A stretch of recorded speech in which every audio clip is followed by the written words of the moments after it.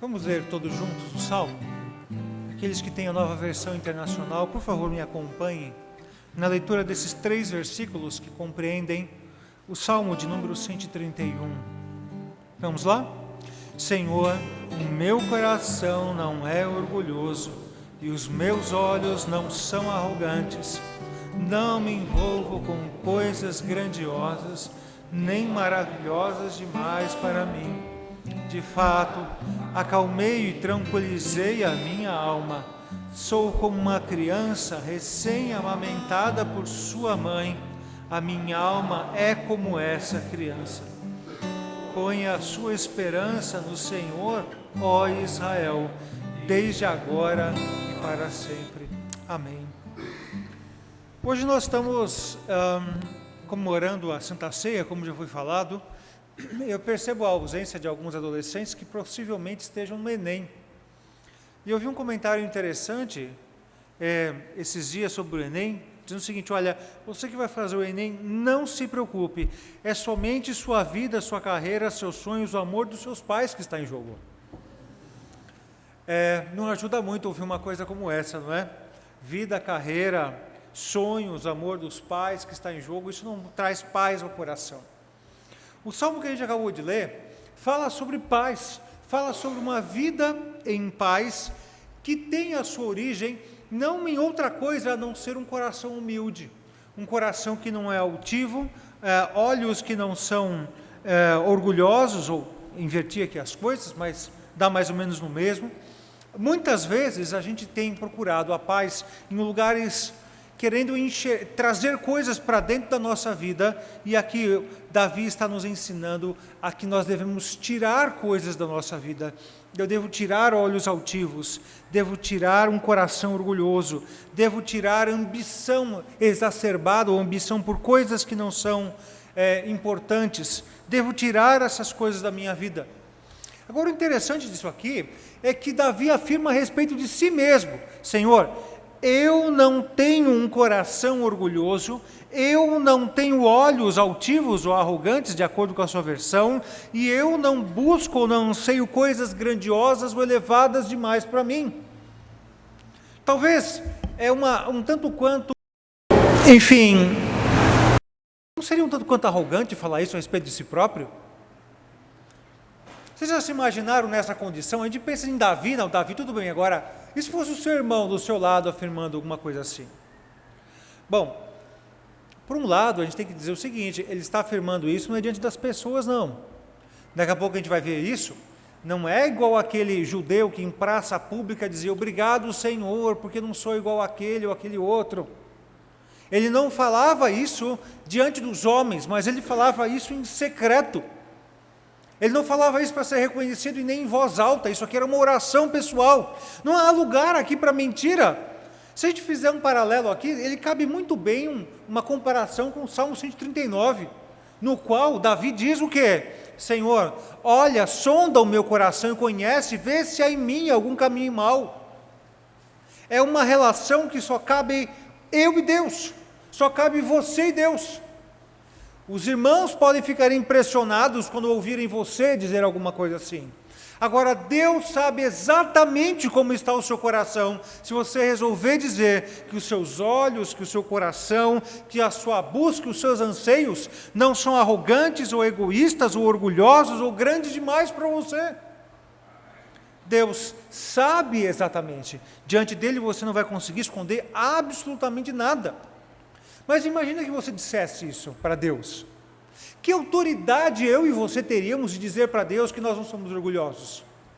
Que comprovação existe da nossa parte diante de Deus de que os nossos olhos não são altivos ou arrogantes? De fato, irmãos, essas coisas elas não são teóricas, essas coisas não são conceituais. A arrogância, a altivez, a ambição, elas são coisas que são vistas nos atos ou elas não são vistas nos atos. Elas são práticas. Não existe como você dizer que não tem um coração arrogante se coisas na sua vida, se práticas na sua vida não mostram isso. Por isso é meio complicado a gente até dizer quando foi que Davi escreveu este salmo. Eu vou aqui dar 3 possibilidades que são as mais defendidas, em que Davi talvez estivesse respondendo ou provando para si próprio diante de Deus que ele não era arrogante ou altivo. A primeira possibilidade está lá não precisa abrir não, lá em 1 Samuel, quando Davi acaba de ser ungido rei por Samuel, ele vai então até o fronte de batalha e ocorre aquele episódio da luta com Golias. Os irmãos conhecem bem essa história. O problema é que ele chegou lá não por outro motivo a não ser mandado pelo pai, para levar recursos para os irmãos mais velhos que estavam na luta, na batalha. Mas quando ele chega lá, o seu irmão mais velho, chamado Eliabe, ele ouviu que Davi estava ali conversando com os soldados e ficou muito irritado com Davi e disse o seguinte: por que, Davi, você veio até aqui? Com quem você deixou aquelas poucas ovelhas no deserto? Sei que você é presunçoso e o seu coração é mau, você só veio aqui para ver a batalha. Nossa, que palavras duras, não é? Quanto julgamento, quanta coisa. Eu fico imaginando se eu e você já ouvimos alguém um dia nos encher de acusações, principalmente como essas. Espera aí, Senhor, o que está acontecendo? Será que eu estou sendo dessa forma mesmo? Será que as pessoas têm razão quando dizem isso a meu respeito? O irmão de Davi, o Eliabe, ele foi extremamente duro nas suas palavras. Não sabemos aqui por que motivo, talvez um tanto quanto aí invejoso, por conta de Samuel ter ungido o filho caçula da casa, e não ele, que era o filho mais velho. Então talvez possa ter sido aqui que Davi se viu motivado a escrever essa oração diante de Deus. A resposta de Davi, nesse caso, foi preocupar-se com a glória de Deus. Davi ouviu as acusações ou o desafio do gigante Golias, que devia ter ali os seus 2,60 metros, mais ou menos por aí, e ele disse o quê? Quem é esse incircunciso que ousa afrontar o exército do Deus vivo? Percebam que a sua preocupação era que aquele homem estava desandando a sua boca e desafiando Deus. Desafiando Deus. Ele está aqui então provando que a sua vida está desprovida de todas essas acusações que o seu irmão fez contra ele. Mas existia aqui mais um episódio da vida de Davi. Ele foi ungido rei, desafiou Golias, venceu Golias atirando uma funda, uma pedra na testa dele, ele cai ao chão e Davi pega a própria espada de Golias, corta a cabeça de Golias e pega essa cabeça e leva para Saul como um presente para que ele visse o poder de Deus e a vitória que Deus tinha dado. Mas o problema é que a fama de Davi cresce. Ele se torna o principal general de Saul, casa-se com a filha de Saul, e então as mulheres, sempre as mulheres, não é? As mulheres inventaram uma musiquinha que acabou com a paz de Davi em relação ao seu relacionamento Davi para com Saul. A musiquinha foi: Saul mata os seus milhares, mas Davi mata os seus 10 milhares. Daí para frente, então, Saul acha que Davi está tentando roubar-lhe o trono, começa a caçá-lo, covardemente, mente, o trai por mais de uma vez. E se não fosse Jonatas, filho de Saul, que se tornou um amigo extremamente íntimo de Davi, se não fosse por ele e os avisos de Deus usá-lo, Davi poderia com certeza ter caído numa dessas armadilhas impetradas por Saul. Numa dessas oportunidades, Saul entra na caverna e Davi está escondido lá dentro.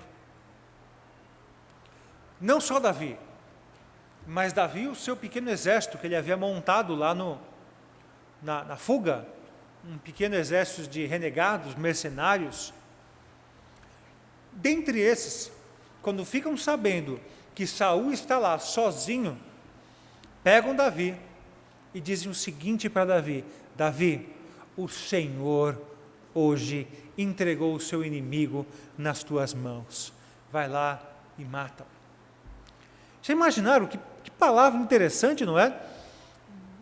Davi estava sofrendo nas mãos de Saul, era perseguido, vivia como um bicho do mato, injustamente inclusive, teve que deixar sua casa, sua esposa de lado e sair correndo. E agora a situação que parecia perfeita, Deus estava entregando Saul nas suas mãos. Ele vai lá, não faz absolutamente nada com Saul, no entanto corta um pedaço das suas vestes e depois diz: olha, Saul, eu poderia ter te matado. De cima do monte ele mostra a veste e diz: eu poderia ter te matado, mas eu não fiz, para que você esteja consciente da minha boa fé. Aí então você pensa: não, Davi tinha razão, porque agora, meu filho Davi, meu filho, vem aqui para que eu possa abraçá-lo, volte para a corte, volte a ser meu general, você tem razão, eu que sou todo errado na história. Até a próxima oportunidade em que Saul tenta matar novamente Davi. E talvez até aqui uma coisa interessante, não é? Eu fico imaginando nessa hora os amigos de Davi: Davi, você teve a oportunidade, literalmente com a faca e o Saul na mão, para fazer alguma coisa, e você não fez. Agora, pela sua má decisão, pela sua falta de sabedoria, você está colhendo os frutos disso. Deus te deu uma oportunidade que você não aproveitou, você não entendeu a vontade de Deus. Será que numa hora como essa, Davi não está dizendo: Senhor, eu não desejo coisas elevadas demais para mim? Ou então aqui, numa terceira e última oportunidade, que pode ter sido o evento da autoria desse salmo, quando Davi, assim que assumiu o trono, ele tentou trazer a arca que estava de posse até então de posse dos filisteus, e depois na casa de um judeu. Ele tentou trazer a arca para Jerusalém, e aconteceu o que os irmãos sabem, né, de ele trazer a arca num carro de bois, e a arca cair, e alguém botar a mão na arca, e essa pessoa morrer, porque ninguém deveria tocar a arca da aliança, e ele então deixa a arca na casa de Obed-Edom, e esse homem, ele prospera tremendamente. Ele então percebe que a mão do Senhor não era para castigar, e vai pegar a arca de volta, mas dessa vez sem invenções. Não era do jeito de Davi, era do jeito de Deus. A arca não era mais transportada em carros de bois, mas era transportada nos varais. Os irmãos sabem, né? 2 varas grandes, que era colocado nas argolas. A caixa era retangular, e em cada quina da arca tinha uma grande argola, e então os varais eram postos pela argola, sem que se precisasse colocar a mão na arca. E era assim. E agora, dessa vez, Davi estava na entrada de Jerusalém, seminu, e entrou à frente da arca, dançando diante do povo. O problema é que nessa hora, a esposa dele, Mical, que já havia sofrido muito na mão dele, mas esse é um assunto para uma outra hora, para um outro sermão, ela resolve descarregar ali as suas amarguras. Ela olha da janela do palácio, vê Davi ali em trajes sumários, dançando à frente da arca, diante de todo o povo, e ela despreza Davi no seu coração. E quando ela tem a primeira oportunidade de falar com ele, ela diz o seguinte: que bela figura fez você hoje, rei de Israel. Parecia um sem vergonha, mostrando o corpo para as empregadas dos seus funcionários. Olha que interessante, que atitude dela. Mas Davi respondeu o seguinte: eu estava dançando em louvor ao Senhor, que preferiu me escolher em vez de escolher o seu pai, e os descendentes dele, e me fez o líder de Israel, seu povo. Pois eu continuarei a dançar em louvor ao Senhor, e atenção, e a me humilhar ainda mais diante dele. Você pode pensar que eu não sou nada, mas aquelas moças de quem você falou vão me dar muito valor. Usando aqui uma versão alternativa. Pois bem, irmãos, pode ter sido essa hora também em que Davi escreveu esse salmo, em que ele se humilha diante do Senhor. Mas o fato é que muitos de nós hoje em dia, enquanto Davi estava aqui se humilhando diante do Senhor, em várias oportunidades, em uma delas ele deve ter escrito esse salmo, quer seja quando acusado pelo irmão e desafiando Golias, quer seja como general de Saul, quer seja como um rei se despindo da sua majestade e dos seus mantos reais e se colocando diante de todo o povo em roupas humildes, celebrando a glória do Senhor e se humilhando diante dele. Nós estamos muito ocupados com a nossa imagem. Nossos olhos estão muito ocupados nas comparações. Dizem que a gente se veste para os outros, né, e não para a gente. E eu, sinceramente, acho que às vezes as mulheres, elas têm uma capacidade de observação da roupa alheia que é impressionante, não é? Elas às vezes sabem tudo que todo mundo está vestindo. E eu tiro isso lá por casa mesmo, porque se existe qualquer amassadinho na minha roupa, não sou eu que percebo, é a Suênia. E ela vai então preocupada, não é? E acredito que não é só ela, mas todas as esposas, elas se preocupam com o marido, não só por causa do marido, mas por causa delas também, não é? O que é que vão dizer de mim se a sua roupa estiver amassada? Ela nunca disse isso para mim, mas eu tenho certeza que a maioria pensa, inclusive ela. Mas nós estamos muito preocupados, olhando por aí, não é? Olhando por aí, inclusive, nos comparando com as outras pessoas. É interessante que quando Davi fala a respeito de quem ele é, que não é altivo o olhar, ou então ele não está ambicioso por coisas grandiosas demais, ou então o seu coração não é orgulhoso, ele não faz isso diante dos outros. Eu fico aqui muito curioso às vezes, numa aula de escola dominical, ou numa roda de conversa entre irmãos, quando um princípio bíblico é exposto, eu fico curioso com os exemplos que vão dar. Logo levanta a mão, e aqui eu não tenho absolutamente ninguém em particular, mas todos sem exceção em mente. Levanta a mão e conta uma história em que aquele exemplo é aplicado. Que tipo de história é essa? Em 99,9% das vezes, a pessoa que conta a história, ela é o herói ou a heroína da história. Ela é o exemplo da aplicação daquele princípio bíblico. Se a coisa é fidelidade nos dízimos, ela vai contar uma história, aquela pessoa vai contar a história de que ela não tinha nada, então ela deu dízimo e ganhou tudo. Eu estou aqui exagerando, obviamente, e não digo que isso é mentira, mas que aquilo que vem à nossa mente é de que nós somos bons o suficientes. Nós somos o melhor exemplo da melhor aplicação da palavra. Dificilmente alguém se levanta e fala assim: pastor, isso é muito importante para mim, porque na semana passada eu transgredi exatamente esse mandamento. E se faz, é escândalo. Um pastor amigo meu contou a história de que, depois de pregar sobre santidade da vida cristã na internet, um oficial da igreja, ele pediu para dar um testemunho e confessou à igreja que era viciado em pornografia pela internet, e pediu a disciplina e pediu a oração da igreja. Sabe o que aconteceu com ele? Foi enxovalhado pela igreja. Nós não queremos olhar o pecado, nós queremos uma vida como se fosse um arco-íris cor-de-rosa, como se tudo estivesse bem, como se tudo fosse lindo e maravilhoso.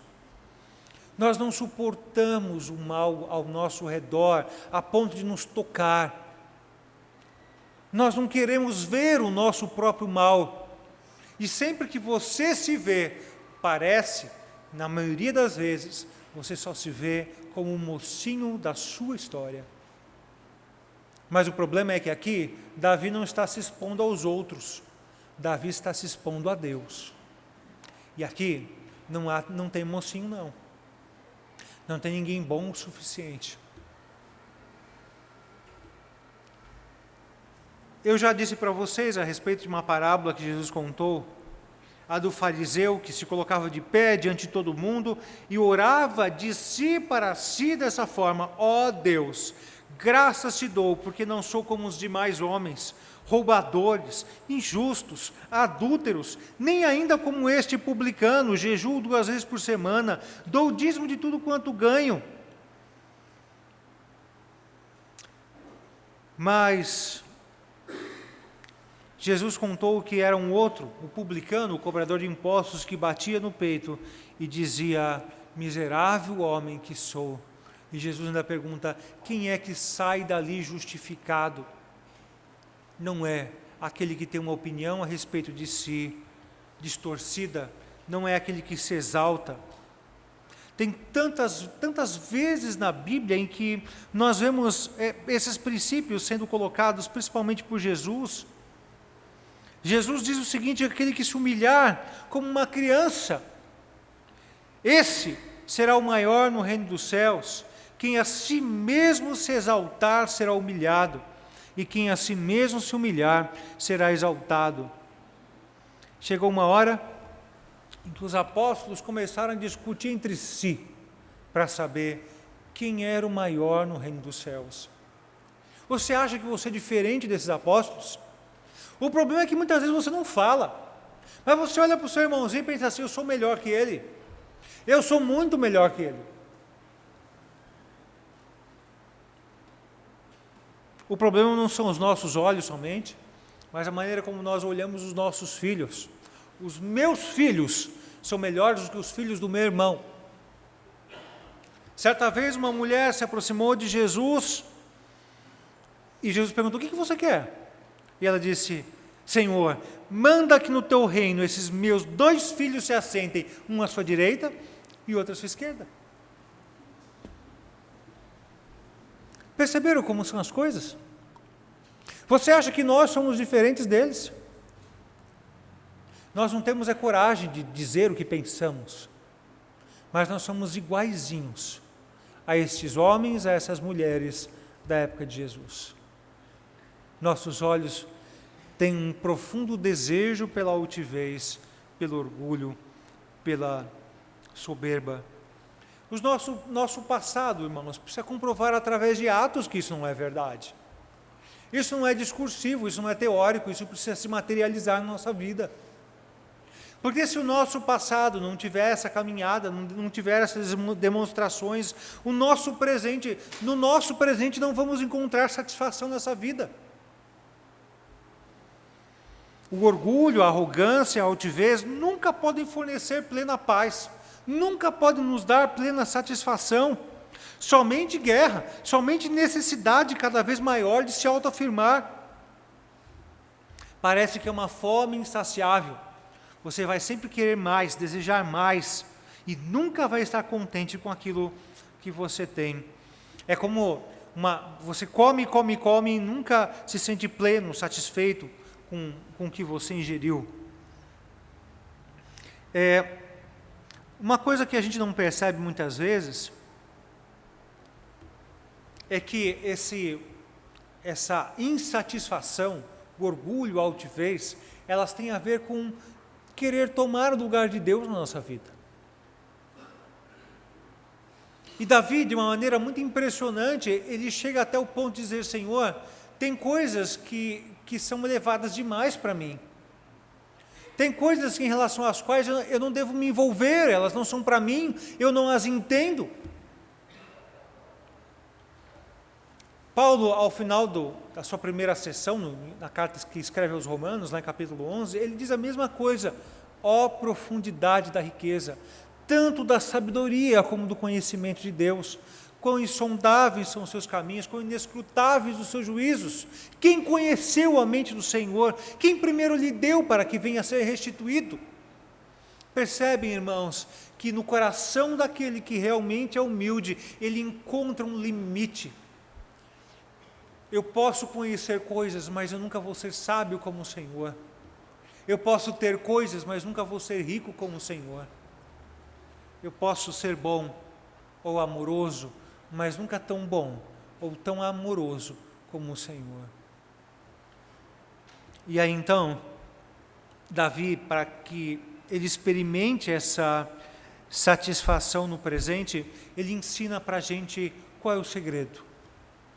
No versículo 2 ele diz o seguinte, que ele faz, ao contrário de buscar essas coisas, ele procura acalmar e tranquilizar a sua alma como uma criança recém-nascida, recém-amamentada pela sua mãe.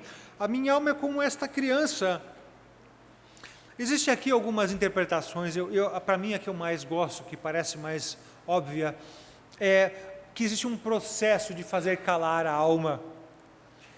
E aqui é engraçado, né? É como se você procurasse represar alguma coisa, sufocar, é fazer com força que a sua alma se cale. De você usar até certa violência para calar a sua alma, é como se você tapasse com força a sua boca, para que não viesse a dizer alguma coisa. Dá a impressão que a nossa alma urge, que ela é um vulcão, que ela está lá incontida e que em todo o tempo ela tenta se manifestar. E o nosso exercício como cristão, para que a soberba, o orgulho e a altivez não se manifeste, é você todo o tempo, você pegar o pescoço da sua alma e apertar ele com força, para que não saia nada dali. Esse é o exercício. De que maneira?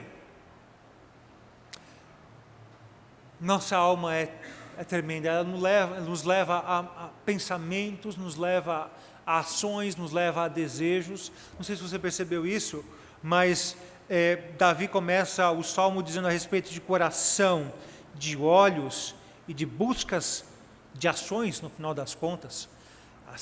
De coração, olhos e ações.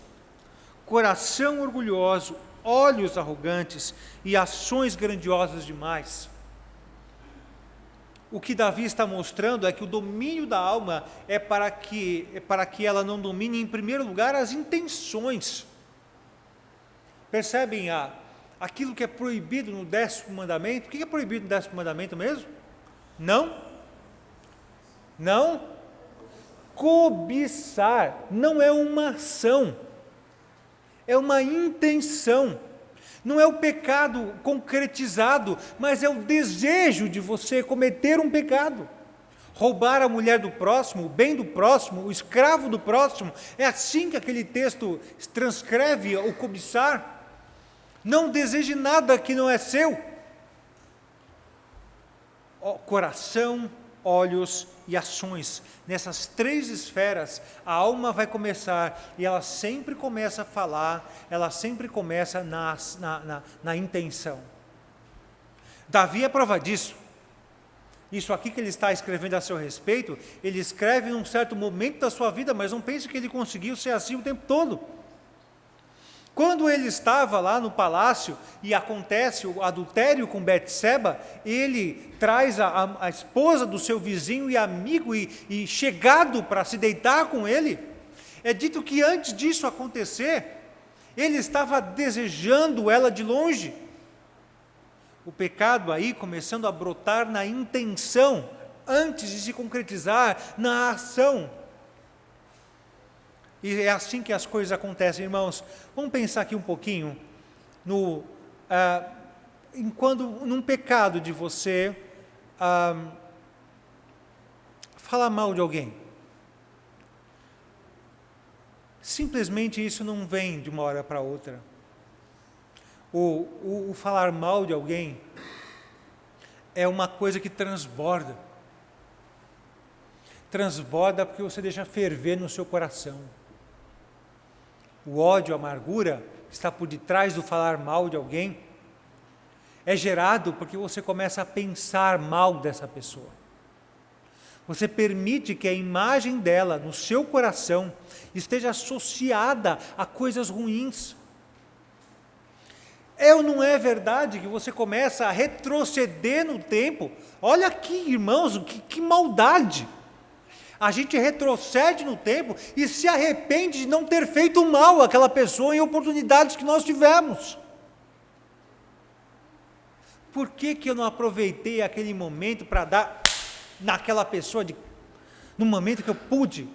Por que eu não dei uma resposta quando eu tive a oportunidade? Por que eu ajudei ela, se depois ela ia fazer isso para mim? Você se arrepende de ter feito bem por ela. Você se arrepende de não ter feito um mal por ela. E você começa então a pensar e deixar que a sua mente vague, e você começa a fabricar realidades alternativas na sua mente, em que você, nessas outras realidades, você estaria fazendo mal a essa pessoa. Não é assim que as coisas funcionam. Por isso, se você pensar, como que eu posso deter o ódio? Como que eu posso deter a amargura por alguém? Comece do começo. Não se permita ficar pensando mal de alguém mais do que... Bom, aquele ditado nos diz, não é? Eu não posso impedir que as aves sobrevoem minha cabeça, mas eu posso impedir que as aves façam um ninho em cima da minha cabeça. Assim que vem um pensamento, briga contra ele. É disso que Davi está falando. Está falando, manda a sua alma calar a boca. Por isso, se você perceber que determinados pensamentos, isso aqui, eu falei apenas um, mas pense, por exemplo, no casal de namorados que não consegue se conter. Você acha que aquilo tudo, aquele desejo sexual todo é fabricado no momento do encontro? Ou será que ele já vem de um sonho que vem sendo alimentado, um sonho de olhos abertos, que vem sendo alimentado durante algum tempo? Você acha que o desejo por uma outra pessoa que não seja o seu cônjuge, simplesmente brota, o adultério brota? Do nada? Não. Você se deixa perder antes em pensamentos, em relação a outra pessoa. E a cobiça? E aquelas contas loucas que você faz na sua cabeça para provar por A mais B que o seu salário dá para comprar determinada coisa? E você compra e depois, quando chega o cartão de crédito, você percebe que não dava coisa nenhuma. Você deixa que o seu desejo por coisas tomem a sua cabeça, e quando você percebe que você já está 1 hora navegando na internet, pesquisando o preço daquele produto em tudo quanto que é site de compras. É ou não é? Não é assim que a coisa funciona? Você se deixa levar. Seu pensamento passeia demais, solto demais. Você deveria trancá-lo mais. Davi nos ensina, faça calar a sua alma, sufoque muitas vezes a sua alma. Às vezes podem parecer as coisas mais bobas, a mãe que olha no relógio e o filho não chega em casa ainda. Tem aquelas coisas no Facebook, onde eu estou, onde minha mãe pensa que eu estou, não é? Ela acha que as piores coisas já aconteceram, e na verdade aconteceu que o ônibus não demorou mais para chegar naquele dia, não era nada, mas ela se deixou pegar tanto em angústia por causa do filho que não chega, da filha que não chega, que ela já está apavorada quando o filho chega em casa, e você acha que ela vai ter palavras sábias para repreendê-lo naquela hora? Você, mãe, você acha que você vai ser sábia nessa hora para dizer qualquer coisa para o seu filho e para a sua filha? Ai, nada. Sabe por quê? Porque você, mamãe, em todo o seu amor pelo seu filhinho, pela sua filhinha, você não soube calar a sua alma quando devia. Percebe? Davi está nos ensinando. faça calar a sua alma. E é interessante, né, a comparação que ele faz, e aqui que vem algumas interpretações, e o que eu acho que é mais lógico é o seguinte: sabe o que você tem que fazer com a sua alma? Você tem que fazer com que a sua alma se comporte, se manifeste como uma criança que acabou de mamar. Essa é a realidade. Vamos pensar nas duas coisas. Como é um bebê com fome? O que um bebê com fome faz? O que uma criança com fome faz? Eu vejo lá em casa, né? Eu me lembro de uma história que ocorreu há algum tempo. Foi no aniversário de 18 anos do Paulo Dutra. A Cássia está lembrando, ela se lembra, não é? Essa história envolve, além dos que eu já disse, a Débora, que durante mais de 1 hora ficou no banheiro com a minha filha Isabel, que era, tinha o quê, uns 6 meses? Por aí? Não lembro mais agora. No banheiro tentando fazer ela dormir. Se tem uma coisa que deixava Isabel aborrecida, era vontade de dormir e vontade de comer. Chegava a hora de comer ou de dormir, tinha que comer e dormir, senão o mundo ia saber que ela estava com vontade de comer. Às vezes você vê, né? Até a mãe mais aplicada, ela é derrotada por uma criança com fome. Você vê um pai, o Silvinei, com 2 metros de altura, mas se a filhinha está com fome, não tem o que faça, não. Ele é derrotado, um homem daquele tamanho é derrotado por uma garotinha. Não tem jeito. Mas e por outro lado? O que acontece quando o bebê é saciado na sua fome? A mamãe fica toda boba lá, está sorrindo para a mamãe, está nada, só está satisfeito, só isso. Comeu, está com a barriguinha cheia, está trocado, quentinho. Vai rir à toa mesmo. É interessante isso, né? Como o bebê, ele satisfaz com pouco. Por isso que Jesus falou, né? Eu li agora há pouco, aquele que não for humilde como uma criança, não pode receber o reino dos céus. Uma criança, ela se satisfaz com tão pouco, está contente com pouco, e aí vem ao encontro daquilo que Paulo escreveu para Timóteo. Olha, Timóteo, se você mesmo, dependendo do ministério, tem o que comer, o que vestir, já é motivo suficiente para você estar contente. Não precisa mais do que isso, não. A vida cristã com Deus, a gente tem que ser simples naquilo que a gente deseja. Se tem uma coisa que está se afastando cada vez mais do povo cristão, é uma palavrinha estranha, mas muito importante: frugalidade. Você sabe o que é frugalidade? Você sabe o que é ter uma vida frugal? É isso aí, é você ter uma vida simples. Um amigo meu, pastor, contava que nos Estados Unidos, uma região que ele estava, que é a região de Michigan, que é muito frio, um casal já idoso, eles usavam o mínimo possível do aquecedor, qual é o nome daquilo? Da calefação, não é? Para a conta vir mais baixa, conta de gás vir mais baixa, e eles terem mais dinheiro no final do mês para mandarem para o campo missionário. Às vezes o pastor chegou lá, tem até que dar com muito carinho, uma bronca neles, dizendo: escuta, vocês precisam deixar a casa mais quentinha, senão vocês vão ficar gripados. E o dinheiro que vocês estão querendo economizar com gás, vão acabar gastando em remédio. Ai, pastor, mas a gente quer tanto mandar um pouquinho mais para o campo missionário. Frugalidade, simplicidade, coisas que têm passado cada vez mais longe de nós. Então, aquietai-vos e sabei que eu sou Deus. Sou exaltado entre as nações, sou exaltado na terra, diz o Senhor Deus. E é engraçado, né, que esse aquietai-vos, ele é traduzido aqui, que está no Salmo 46, é traduzido nas nossas versões por pare de lutar. Pare de lutar contra Deus. Ele é o Senhor Deus, não a gente. Nós precisamos manter, sim, a nossa alma sob controle, assim como uma criança que acabou de mamar, ri à toa, está satisfeito, não está reclamando por tudo, não. Está satisfeito naquilo que tem, naquilo que conseguiu até então.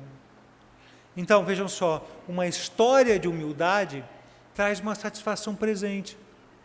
Você experimentou humildade e Deus é Deus na sua vida e não você. Você não é orgulhoso, você não é altivo, você não é arrogante. Deus é Deus para você, Ele está no controle e não você próprio. Você experimenta no presente uma satisfação muito grande. E, gente, às vezes a comunhão com Deus faz coisas que são incríveis, que só Deus pode fazer. Eu já citei isso aqui algumas vezes, ou pelo menos uma vez, e eu vou me lembrar de um casal que foi muito querido nosso e esteve sentado durante muitos anos nos nossos bancos, o seu Antônio e a dona Lourdes. Vocês lembram dele, não lembram? Dona Lourdes, ela morreu um pouco antes do seu Antônio, poucos anos antes, de câncer. E eu acho que vocês sabem, né, ela tinha câncer no reto, no intestino reto, ali, na saída do intestino, perto da região anal. E vocês imaginam que constrangimento, se coloquem no lugar dela, imagine você tendo que ser examinada, ou examinado, por causa do seu problema.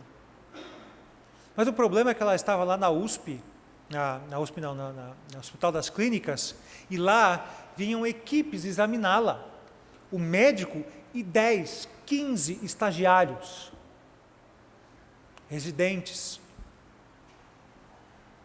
E aí você precisa saber o que aquela mulher fazia. Eu chegava lá e falava assim: pastor, o senhor precisa ver, pastor, hoje vieram 15 médicos para cuidar de mim. Como Deus é bom, mandou tantos médicos para cuidar de mim. E quando eu ia visitá-la, ela me pegava pela mão, me levava de quarto em quarto, me apresentava para cada uma daquelas pessoas, ela sabia o nome de todo mundo. E dizia assim: eu não vi a hora, pastor, do senhor vir aqui para falar de Deus para essas pessoas. Eu dizia: dona Lourdes, a senhora não precisava de mim não, porque a senhora já fez todo o trabalho. A senhora fez a parte mais difícil. Aí você pode pensar: puxa vida, mas eu no lugar dela, eu teria todos os motivos do mundo para reclamar. E aquela mulher vivia na mais sublime satisfação diante de Deus. Dá para imaginar? Será que se eu tivesse no lugar dela, eu passaria pela mesma coisa? Encararia da mesma forma? E se fosse você?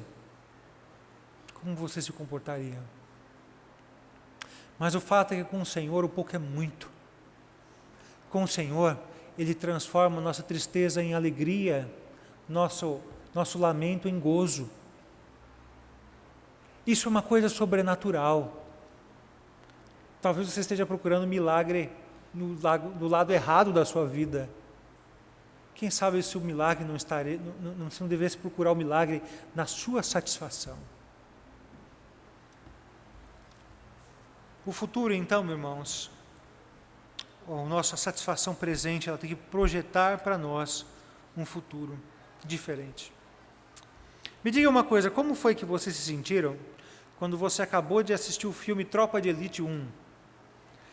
Não tem ninguém que acabou de assistir aquele filme e não saiu, como é que fala? Turbinado? Não, é pilhado, essa é a palavra, pilhado. Obrigado, Délio. Você acaba o filme pilhado. Por quê? Porque você olha o cara e parece que ele tem a solução para tudo, e você se coloca no lugar dele e pensa: uau, eu não sei, eu posso, eu vou fazer acontecer. Se eu encontrasse um bandido da saída do cinema, metia a mão na orelha dele, né? Enfim, mas o problema é que esse é o problema, que a gente é alimentado de coisas que exaltam o nosso orgulho, que são aceleradores da nossa arrogância, que são alimentos para a nossa soberba. Em todo o tempo a gente faz isso. E aí, sempre os nossos olhos estão para comparação. A semana passada o Ciro colocou uma coisa no Facebook, diz o seguinte, mais ou menos o seguinte: olha, aproveita que acabou a novela e não engata na outra. Resumindo, foi o que ele quis dizer. E aí então, muita gente, eu nem lembro quem foi, graças a Deus também, que eu não me lembro dessas coisas, começou a argumentar, não, se for assim, você tem que parar de assistir televisão, você tem que parar de ver série, ou filme, o que quer que seja, ouvir música. A comparação que é feita, você não percebe as coisas que você deixa entrar no seu coração, através das suas portas, e que vão te levar a uma situação completamente contrária e avessa ao Evangelho. E fica aqui, gente, uma semana, eu acho que ainda não deu para viciar em Salve Jorge. Livrem a sua vida daquela porcaria. Amém, em nome de Jesus. Nosso descanso, irmãos, só estará completo se a gente tiver em conta que tudo que poderia ser feito pela nossa salvação, tudo aquilo, segundo a linguagem de Pedro, que poderia nos conduzir a uma vida de piedade, se a gente tiver a consciência que tudo isso já nos foi dado. E é aqui que eu quero fazer uma aplicação para a pessoa de Cristo em nossa vida. Pense que na cruz do Calvário, Jesus Cristo olha para os seus e pede para que o Senhor os perdoasse, porque não sabiam o que faziam. Mas por outro lado, ele diz, olha, está tudo feito, está tudo pago, está tudo consumado. Por que então a gente vive uma vida como se o nosso copo estivesse pela metade? Por que a gente vive uma vida como se Deus só tivesse dado um pedaço e não o todo? Por que a gente não consegue se sentir plenamente satisfeito com a vida que o Senhor nos dá? Jesus já nos deu tudo. O nosso futuro então está garantido. Como é que você se comportaria durante um filme se você tivesse a plena confiança, a certeza do que vai acontecer no final? Como que você se comportaria no final de um campeonato, se você já soubesse quem iria marcar os gols e quem seria campeão? Com certeza, o seu coração não se encheria de ansiedade por conta daquilo. Se pela bobeira de um filme ou um jogo, poderíamos dizer que somos assim, que mais, o que dizer então, se na história da salvação o final já nos é revelado?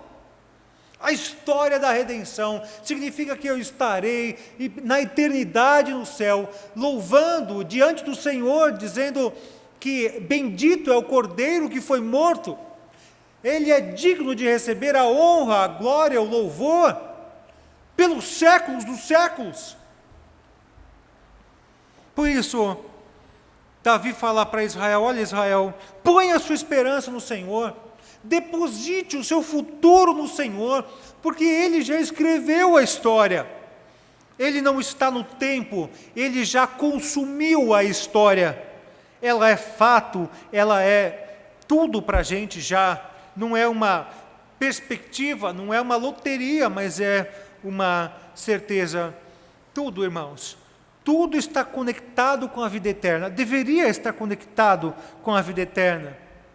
Enquanto a sua carne, enquanto seus pensamentos, seus desejos, seus olhos, em todo o tempo são alimentados para colocar os olhos, a atenção nesse mundo, Deus nos diz o contrário, que os nossos olhos devem se concentrar na eternidade e viver essa vida como peregrinos, como forasteiros.